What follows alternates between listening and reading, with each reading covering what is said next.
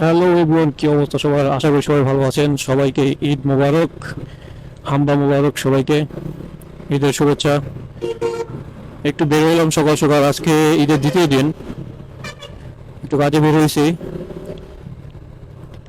আর এখন বাজে হচ্ছে সকাল 8টা, সকাল 8টা বাজে, বাট মানে বোঝাই যায় না যে সকাল 8টা বাজে, কারণ মানে রোড এত ফাঁকা, অনেক পরিমাণ ফাঁকা রোড। কিন্তু আজকের চিত্রটা একটু ভিন্ন, কোনো চাপ নাই, কোনো প্যারা নাই, আরামসে রিল্যাক্সে সকাল সকাল ফাঁকা রাস্তায় যাতায়াত করে যেতেছে, সময়ও কম লাগতেছে। আর এমনি দিনে বাইরে ভাই, এই ফ্লাইওভারটাতে সবসময় জাম থাকে, সকাল 8টা থেকে 10টা 11টা পর্যন্ত, মানে জাম সিরিয়ালি লেগেই থাকে।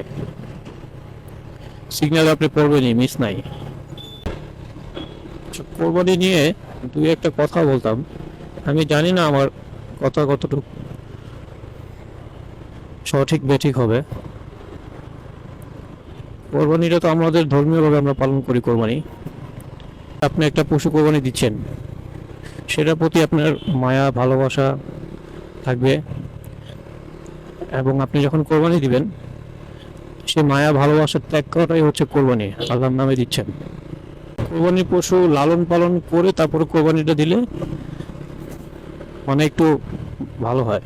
এমনি যে কোরবানি হয় না তা না, কোরবানি হয়। যখন আপনি একটা পশু লালন পালন করবেন, তার প্রতি একটা আপনার মায়া ভালোবাসা জন্মাবে। তো আল্লাহর নির্দেশে তখন আপনি আপনার মায়া ভালোবাসাটা ত্যাগ করে তাকে কোরবানি দিবেন। এটাই হচ্ছে আল্লাহ তাআলার বিধান, যে তুমি তোমার প্রিয় বস্তু যেটাই হোক, তার মায়া ভালোবাসা বিসর্জন দিয়েছো আমার হুকুমে, আমার আদেশে। আমি আল্লাহ এটা কবুল করলাম। এটাই হচ্ছে কোরবানি। পশুর মাংস বিতরণের যে ব্যাপারটা, সেটা আমি দেখি মানে আমাদের সমাজে পুরোই ভিন্ন। মানে যে খাইতে পারে তারে আরো খাওয়ায়, আর যে খাইতে পারে না তারে কোনো রকম মাত্র একটু নাম মাত্র একটু দেয়। আমার কথা হচ্ছে ভাই, তুমি তো খাইতে পারো, মাশাল্লাহ ভালো, তোমার আত্মীয় স্বজন যারা আছে তারাও তো কম বেশ খাইতে পারে, সেটাও ভালো। কিন্তু গরিব দুঃখী মানুষ যারা আছে তারা তো সবসময় খাইতে পারে না। কিন্তু আমাদের সমাজে মানে আমি যতটুকু দেখছি, মানে আগে 3 ভাগ করার পর নিজের ভাগ আর আত্মীয় স্বজনের ভাগ একদম ফুলফিল, কোনো জায়গাতে মিস নাই, কাটায় কাটায়।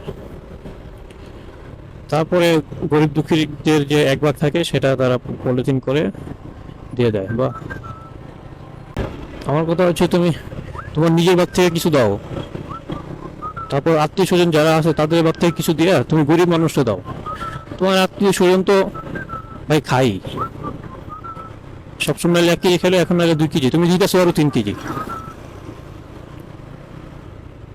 তো তারা 1 কেজি দাও, কমায় দাও, যারা খাইতে পারে না তাদেরকে দাও।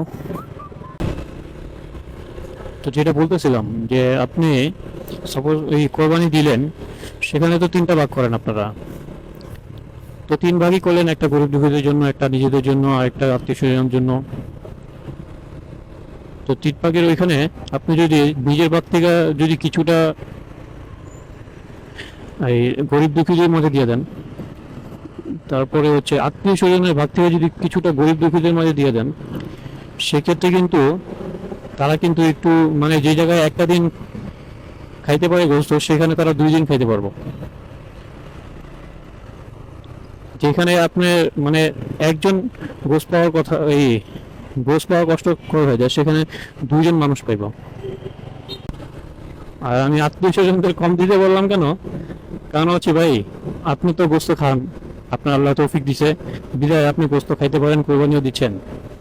আপনার আত্মীয় স্বজন যারা আছে অবশ্যই তারাও কোরবানি দিচ্ছে, তাদেরও গোস্ত খাওয়ার তৌফিক আছে, কোরবানি দেওয়ার তৌফিক আছে বিদায় দিছে। কিন্তু যারা গরিব মানুষ তারা তো আর গোস্ত খাইতে পারে না, কোরবানি দেওয়ার তৌফিক নাই। তারা যদি একটু বেশি পায় সমস্যা করি, এটা আপনারই ভালো, আপনারই সওয়াব। আপনার আত্মীয় স্বজন তাদের খাওয়ার সপ্তাহে 2-3 বার খাওয়ার সামর্থ্য আছে, কিন্তু এই গরিব দুঃখীদের মানুষের তো 2-3 দিন খাওয়ার সামর্থ্য নাই। অনেকে এই এই গরু মাংস বিক্রিও করে ফেলে।